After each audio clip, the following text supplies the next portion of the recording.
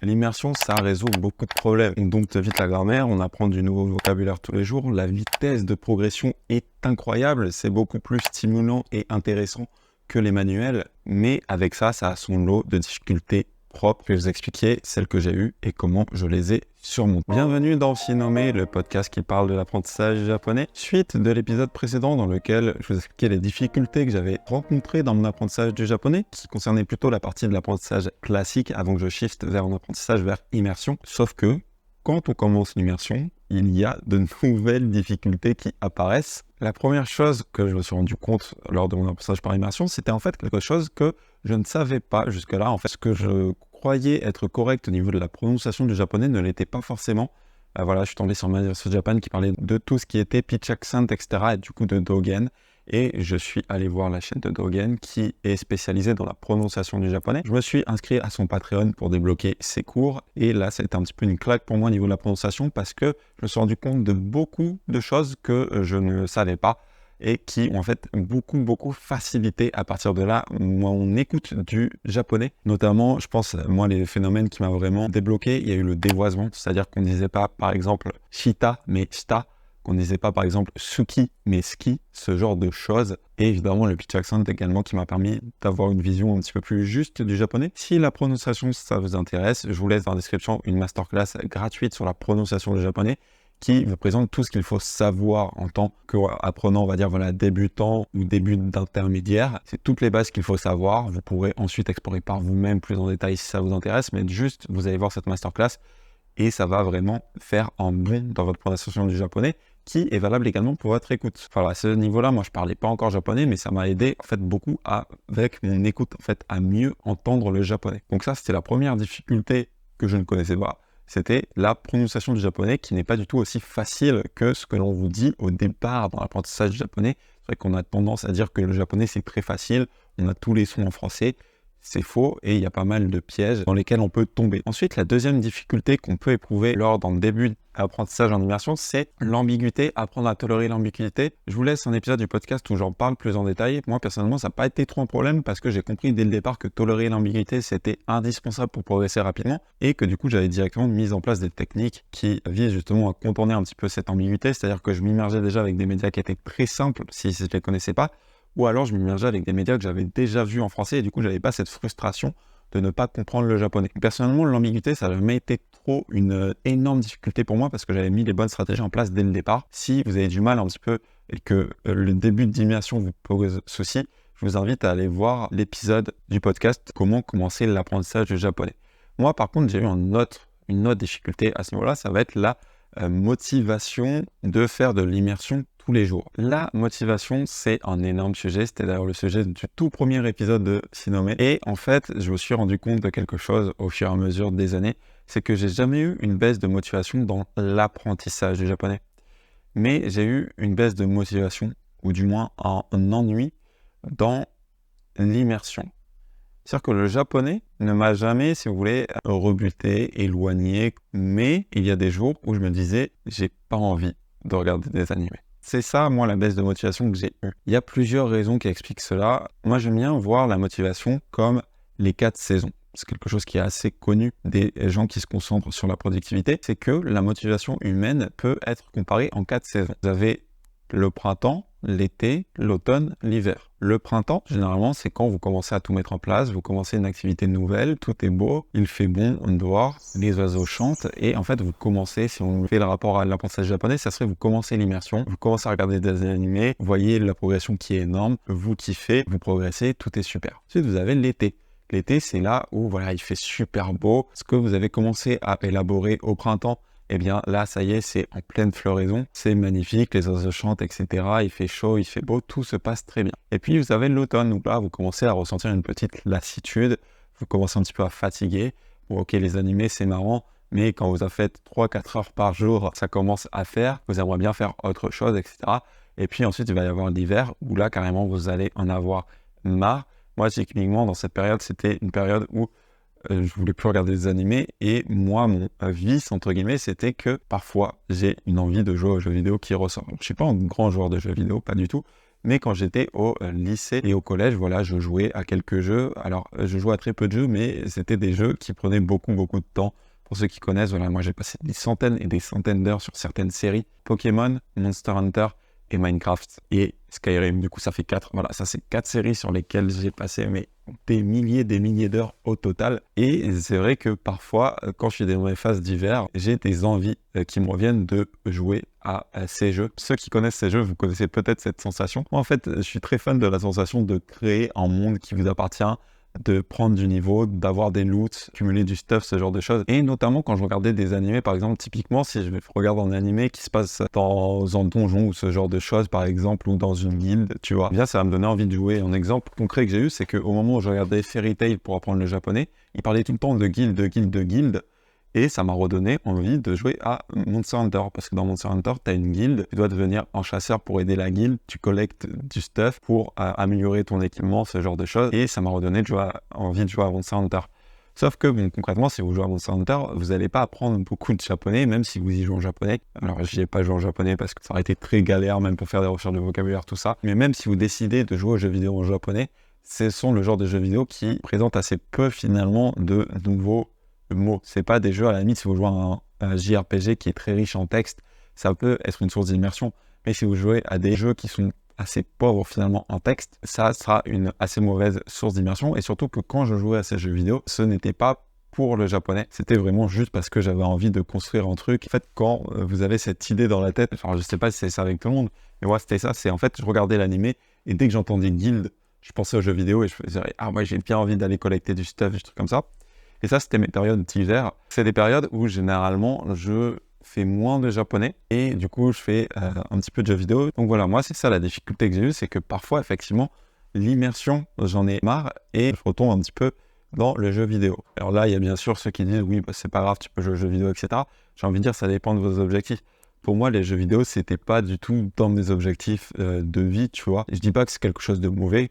Je dis que ça dépend de tout le monde, mais moi, mon but, c'était de progresser le plus rapidement possible en japonais. Et concrètement, si on réfléchit de manière, on va dire, un petit peu stoïque, jouer aux jeux vidéo, surtout en français, n'est pas en adéquation avec l'objectif apprendre le japonais, tu vois. C'est du temps libre que je ferais mieux d'investir dans l'apprentissage du japonais. Et ça, je l'ai, voilà, de temps en temps, c'est des périodes qui viennent et qui reviennent. Je dirais que par an, ça m'arrive peut-être 1 ou 2 fois, donc c'est pas quelque chose qui est non plus extrêmement fréquent, si vous voulez. Mais ça m'arrive, voilà, sachez que si ça vous arrive également, vous êtes loin d'être la seule personne. Et ce que je me suis rendu compte, c'est que, en fait, moi, c'était pas le japonais qui me saoulait, c'était en fait de regarder des animés, tout simplement. Parce que, voilà, notamment dans les périodes où je regardais beaucoup d'animés, je montais à 4 heures par jour, généralement. 4 heures d'animé par jour, et bien, j'avais parfois un seuil de saturation. Et c'était pas tellement en fait que je saturais voilà, du japonais, c'est que je saturais tout simplement des animés. Là où je m'en rendais compte, c'est que par exemple, ça m'a jamais fait le cas pour l'anglais ou pour le français, ma langue maternelle. Quand je regardais des animés en français, je me suis jamais dit, par exemple, je vais arrêter de regarder un animé parce que j'en ai marre du français. Je me suis dit, je vais arrêter de regarder des animés parce que j'en ai marre de regarder des animés pour le moment. Et bien en fait, pour le japonais, je me suis rendu compte que c'était pareil. Donc le problème de l'immersion, selon moi, c'est pas tellement le japonais ou l'apprentissage du japonais. Si vous avez de base une motivation qui est suffisamment puissante d'apprendre le japonais, votre difficulté, ce sera très certainement pas cette motivation. Parce que je pense que même quand vous n'apprenez plus le japonais, si on vous dit, par exemple, est-ce que tu veux toujours apprendre le japonais, votre réponse serait toujours oui.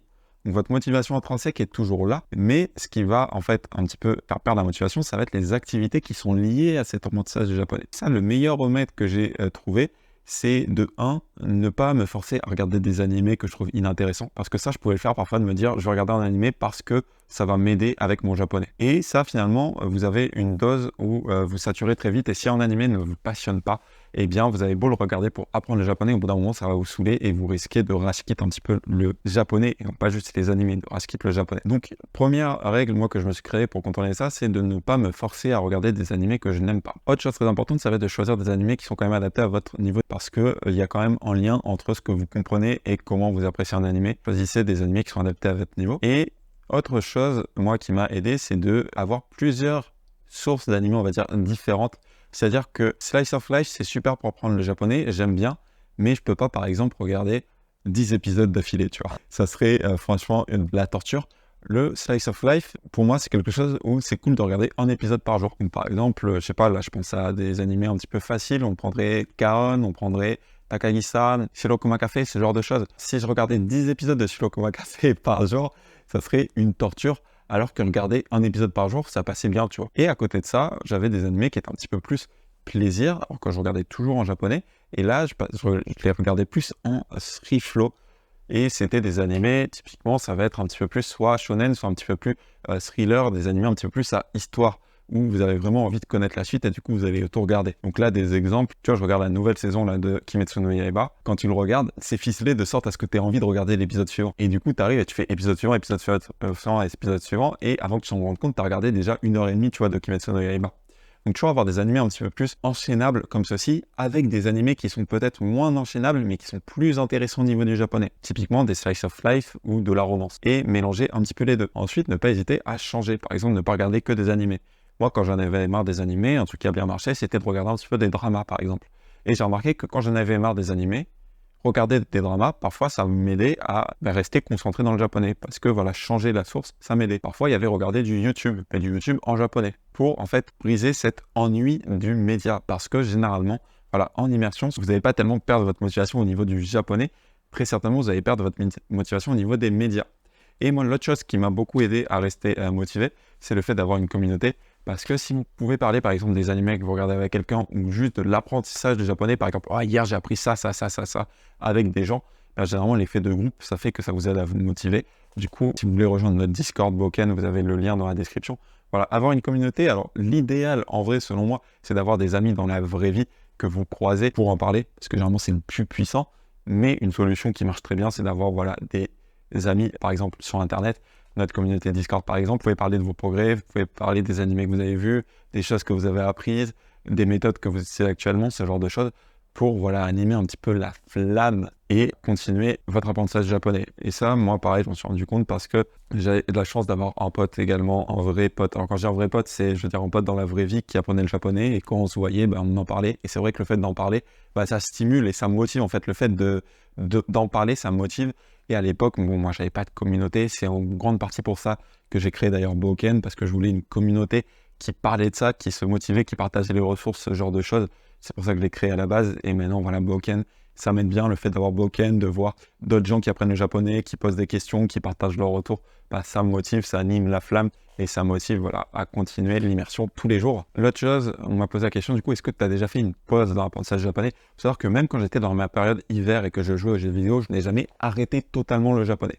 C'est qu'en fait, je me disais toujours, tu as un travail minimum que tu dois respecter. Dans l'apprentissage japonais en immersion, c'est quoi ce travail minimum que je dois respecter? Alors ça va dépendre des gens. De manière générale, je dirais Anki. Anki, ça a été mon fil d'Ariane, je ne l'ai jamais arrêté. Le moment où vous arrêtez Anki, ça va être très dur de recommencer. Anki, finalement, moi, ça me prenait quoi? Ça me prenait une demi-heure par jour. Je ne l'ai jamais arrêté. Parce que je me dis, si j'arrive même pas à faire une demi-heure par jour de japonais, à un moment, il faut arrêter, quoi. Donc ça, je ne l'ai jamais arrêté. C'est ce que je vous conseille de faire, même si vous êtes dans une période où l'apprentissage japonais, c'est très dur.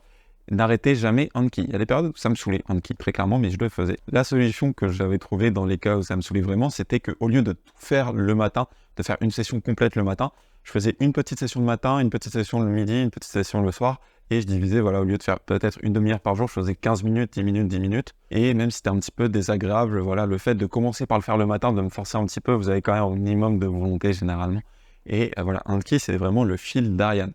Donc ça, je l'ai toujours fait, et l'autre chose que je faisais toujours, moi, c'était un minimum d'immersion, c'est-à-dire que je trouvais quand même une minimum de quantité d'immersion que je pouvais faire sans être dégoûté, ou par exemple, le midi, je regardais toujours un épisode d'animé, et le matin, je lisais toujours les news sur NHK Easy News. Donc ça faisait 10 minutes le matin, 20 minutes le midi.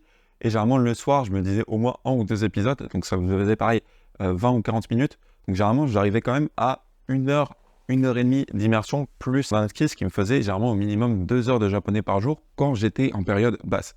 Alors là, certains vont se dire, mais 2 heures par jour, c'est énorme. Après, c'est toujours à comparer avec ce que vous faites d'habitude. C'est-à-dire que d'habitude, j'étais à 4 heures, voire plus par jour. Donc forcément, quand tu passes de 4 heures à 2 heures, tu fais la moitié de ce que tu fais d'habitude. En vrai, c'est une différence énorme, hein. Mais voilà, il y a quand même ce maintien, ce qui fait que pendant mes périodes, même un petit peu plus, on va dire, d'hiver, voilà, que j'appelle d'hiver, j'étais pas en régression, j'étais pas non plus en stagnation, j'étais en très léger progrès. Alors c'était entre la stagnation et le progrès, parce que en vrai, je pense que c'est des périodes où je continuais quand même à faire des progrès un petit peu inconscients, pas à la vitesse forcément quand je faisais 4 heures par jour, mais qui étaient quand même constants et lents. Donc voilà, ça c'est un autre conseil. Essayez de trouver quand même un minimum de japonais que vous pouvez faire par jour. Même si c'est que 20 minutes par jour en plus de Anki, ça sera toujours 20 minutes de prise qui vous permettra de non pas régresser, mais de continuer au moins à stagner, voire à progresser légèrement. Et l'autre chose que je me suis rendu compte, c'est que j'avais un petit peu la fâcheuse tendance à, quand j'étais en été, c'est-à-dire que quand j'étais super motivé, parce que le japonais ça me plaisait, j'avançais trop vite, à me dire, bah tu sais quoi, Anki, on va augmenter les révisions. Ça, c'est le pire piège à faire, les amis. Ne vous emballez pas quand vous êtes en été. Ne vous emballez pas quand vous êtes en été. Le retour de flamme est terrible. C'est un petit peu comme si, en été, vous dites, ouais, il fait beau, il fait chaud, tu sais quoi, je vais agrandir ma maison, je vais construire plein de choses. Je vais construire une piscine, je vais construire un garage, je vais construire un abri de jardin, je vais cultiver des tomates. Vous faites plein de choses. Et ensuite, quand l'hiver arrive et il fait froid, eh bien, vous devez sortir votre maison pour tout entretenir. Vous devez entretenir la piscine, vous devez aller au jardin, vous devez entretenir votre cabanon. Alors qu'en fait, il caille, vous n'avez pas du tout ce que vous avez envie de faire, c'est de rester dans votre maison. Et déjà, qu'entretenir votre maison, ça vous saoule. Alors, entretenir tout, c'est vraiment une galère. Donc ça, c'est le gros piège. Quand vous êtes en été, ne vous emballez pas. Anki, le mieux, c'est de trouver votre sweet spot et de ne pas bouger une fois que vous l'avez. C'est-à-dire que si vous faites 8 cartes par jour, ne montez pas d'un coup à 15 cartes par jour. Parce que le retour de flamme avec Anki est terrible dès que vous augmentez. À la limite, à la grande limite, vous pouvez augmenter très légèrement, passer à 9, passer à 10, mais pas plus. Sinon, je vous garantis que ça va être très dur et ça peut être vraiment, en fait, vous dégoûter et vous faire arrêter Anki. Quand je dis Anki, c'est le fil d'Ariane. Moi, je suis tombé dans ce piège-là également plusieurs fois avec Anki. Maintenant, je le fais plus. Même quand je suis dans des très bonnes périodes, je ne demande jamais mes cartes au-delà dans certains chiffres de nouvelles cartes par jour parce que sinon, je vais me retrouver dans 2 mois avec 1 heure de Anki par jour alors que j'ai pas du tout envie de faire 1 heure de Anki par jour. Et donc ça, c'est terrible. Donc même quand vous êtes dans une période d'été, vous avez envie de faire plein de nouvelles cartes, ce que vous pouvez faire, c'est ajouter plein de nouvelles cartes Anki. Ça, il n'y a pas de souci, vous pouvez en ajouter beaucoup, mais ne faites pas beaucoup de nouvelles cartes par jour. Gardez votre limite. C'est-à-dire que si votre limite, c'est 8 nouvelles cartes par jour, mais que vous en ajoutez 20 par jour, c'est pas grave, parce que Anki, de base, il va les garder en réserve. Et quand vous allez arriver après, dans votre période un peu hiver, où vous allez être moins motivé, eh bien, vous aurez toujours 8 nouvelles cartes par jour. Et en fait, les réserves que vous aurez fait en été, si vous voulez, eh bien, elles seront introduites là. Mais votre temps de révision quotidien ne va pas tellement changer, et donc ça ne va pas être une corvée énorme. C'est juste que les nouvelles cartes que vous verrez dans cette période seront des cartes en fait que vous avez minées plus tôt. Faites Anki, mais ne vous emballez pas quand tout se passe bien. Ensuite, la dernière question qu'on va poser, c'est du coup, quand tu es malade, qu'est-ce que tu fais? Alors moi, la maladie, ça m'a jamais vraiment arrêté dans l'apprentissage japonais. J'ai toujours continué Anki, tu vois, j'ai jamais été malade au point de même pas pouvoir faire Anki, de pas être fonctionnel. J'ai été, il y a pas très longtemps, quand j'étais au Japon, enfin il y a pas très longtemps, quand je venais d'arriver au Japon, vraiment très malade, je sais pas ce que c'était, mais genre je faisais que dormir toute la journée. Mais même si je faisais que dormir, en fait, j'arrivais à me réveiller pendant quelques temps, genre 1 heure par-ci, 1 heure par-là. Et en fait, j'ai fait Anki pendant ce temps-là. Et pendant les peu de temps où j'étais réveillé, je regardais des animés. Donc, j'ai quand même fait mon immersion. Donc, la maladie, ça m'a jamais empêché. Après, quand tu es malade, mon conseil, du coup, serait le même que quand tu es très peu motivé, quand tu es dans ta période hiver de motivation. À la limite, ce que tu peux faire, c'est que tu fais 0 nouvelle carte Anki. Tu fais que des révisions, mais tu coupes tes nouvelles cartes Anki pour pas surcharger. Donc, tu passes toute nouvelle carte Anki à 0, tu fais que tes révisions et tu essaies quand même de regarder des animés. Alors, à l'occurrence, regarde des animés qui sont plus kiff. Moi, pendant cette période, je crois que je regardais Kimetsu no Yaiba, du coup, la saison d'avant, puisque c'était la période où je regardais. Où en fait, je pouvais Kimetsu no Yaiba, clairement, je peux regarder juste parce que c'est stylé, tu vois. J'avais pas l'impression de faire du japonais, c'était vraiment de l'immersion en mode pur kiff. Donc voilà, peut-être ralentir, on va dire, ton apprentissage intensif en mode apprendre le japonais et passer plus sur un apprentissage maintien, un apprentissage kiff, voilà, quand tu es malade. Après, je sais pas, ça dépend peut-être de la sévérité de la maladie. Ralentis, mais essaye de ne pas t'arrêter parce que quand tu t'arrêtes totalement, ça peut être très dur de repartir. Enfin, généralement, on est quand même au minimum fonctionnel pour faire Anki et pour regarder un petit peu des animés. En résumé, ma plus grosse difficulté avec l'apprentissage en immersion, en fait, c'est de rester motivé, non pas avec le japonais, mais avec le contenu. Souvent, c'est un problème de contenu. Si jamais vous avez une baisse de motivation également au niveau du contenu, n'hésitez pas à passer sur notre Discord et à poser des questions à ce niveau-là. Qu'est-ce que vous me conseillez? Qu'est-ce que je devrais faire? Est-ce que vous avez des ressources à me recommander? Qu'est-ce que vous avez aimé? Parce que ça va avoir un effet double. Un effet de communauté qui va peut-être vous motiver, vous, à continuer votre apprentissage.